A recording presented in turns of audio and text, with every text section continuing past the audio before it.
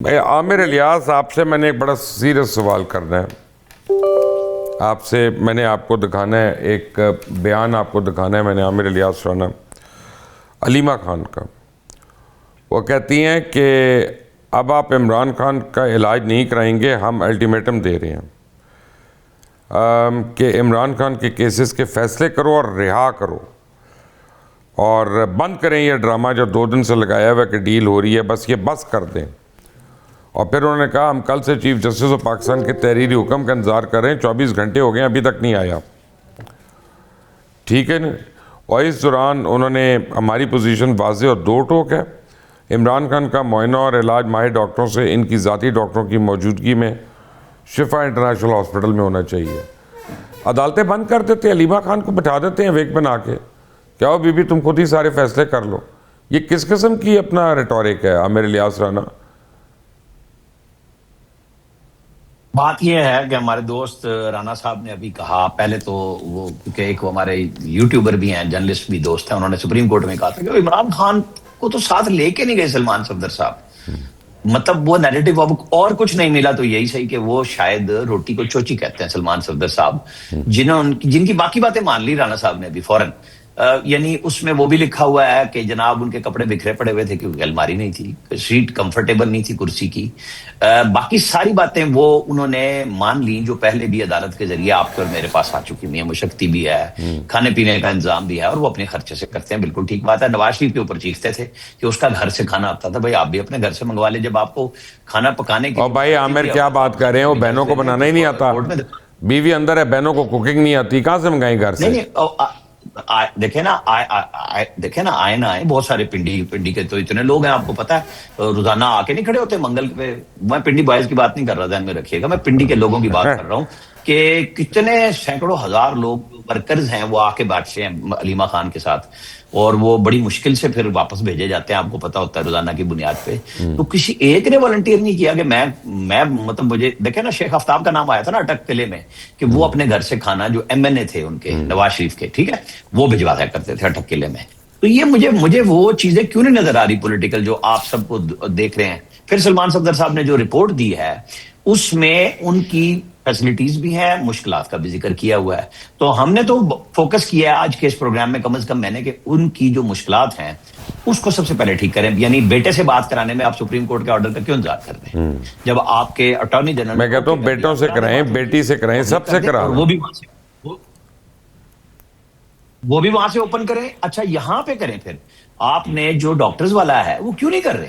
میں تو اس کے حق میں ہوں کہ علاج تو پھر ڈاکٹر کہتے ہیں جیل میں آ کے کہ یہاں پہ نہیں ہونا تو شفائی ٹرسٹ میں جانا ہے، شفا جہاں پہ جانا ہے. لیکن جو بات وہ کہہ رہے تھے نا، میں سمجھا تھا کوئی ایسا قصہ سنائیں گے شاہ خاور صاحب کہ بھئی کورٹ کیا کر سکتی ہے.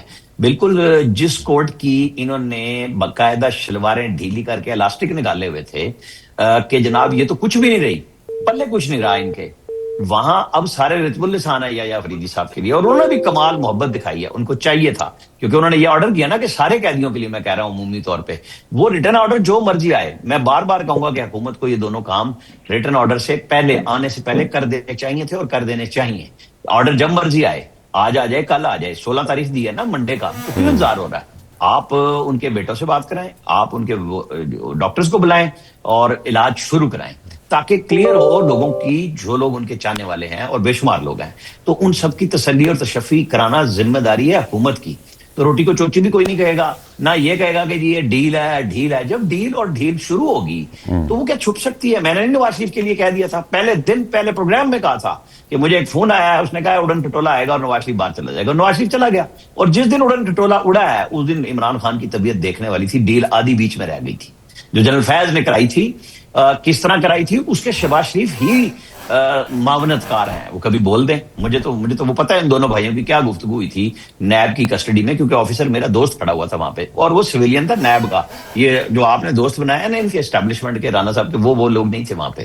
ٹھیک ہے، مجھے ہاسپٹل میں بھی پتا ہے کہ کیا اگلے دن دوپہر کے کھانے پہ ایک جرنلسٹ موجود تھے، کون تھے وہاں پہ، کیا گفتگو ہوئی تھی. دیکھیں جب سلسلے بننے ہوتے ہیں بن جاتے ہیں، جب نہیں بننے ہوتے تو مس پہ چلتی رہتی ہے کہانی.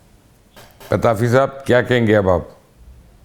سر میں یہ ساری باتیں سن رہا ہوں اور سوچ رہا ہوں کہ چلیں مبشر لقمان کی بات نہ کریں، اور شاخاور صاحب کی بات نہ کریں، باقی آپ کے تجزیہ کاروں کی بات نہ کریں. مجھ جیسا ایک عام آدمی اگر خدا نہ خواستہ جیل میں چلا جائے تو مجھے کتنے بچوں سے جو ہے نا ملک سے باہر کال کرنے کی اجازت ملے گی، مجھے کتنی زیادہ ہیلتھ کی سیفٹی ملے گی، مجھے کھانے میں کیا ملے گا، ایکسرسائز کے لیے کیا ملے گا، کتنے مشقتی ملیں گے، اور پھر کتنی اچھی کرسیاں اور کتنی ٹوٹی ہوئی کرسیاں ملیں گی. تو یہ ساری کی ساری چیزیں جو ہے وہ ایک معاملہ آپ کے سامنے بار بار لے کے آتا ہے، اور وہ ہے ملک کے اندر ایلیٹ کیپچر. اور بدقسمتی یہ ہے کہ ہر بندہ غریب عوام کی بات پہ سیاست کر کے حکومت میں آتا ہے، لیکن اس کے بعد یہی ہوتا ہے کہ وہ کہتے ہیں کہ دو قانون ہونے چاہیے، ایک امیروں کے لیے، ایک بڑے لوگوں کے لیے، اور ایک غریبوں کے لیے. تو وہ جو غریبوں کے لیے قانون ہے وہ چلتا رہے گا.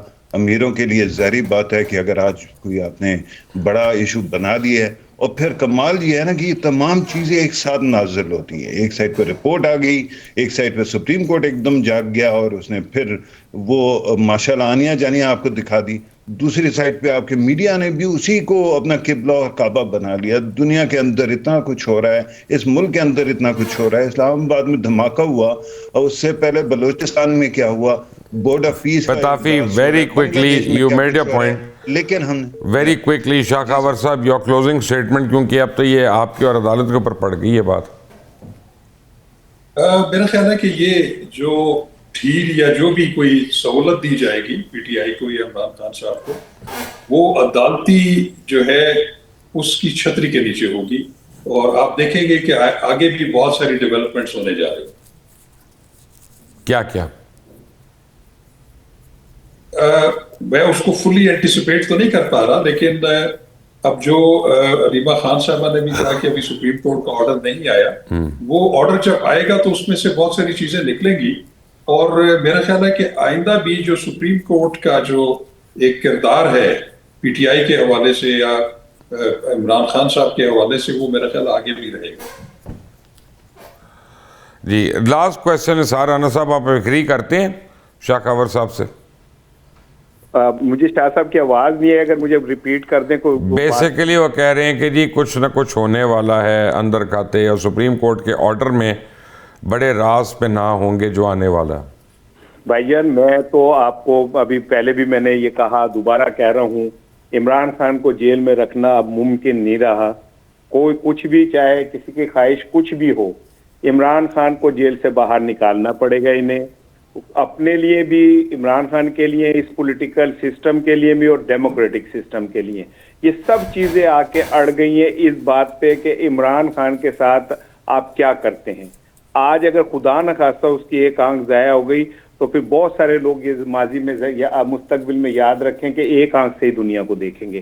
نفرت کا سسٹم پھر رکے گا نہیں، یہ ملٹی پلائی ہو کے آگے بڑھے گا. تو بہتر یہ ہے کہ اسے ہمیں یہیں روک لینا چاہیے.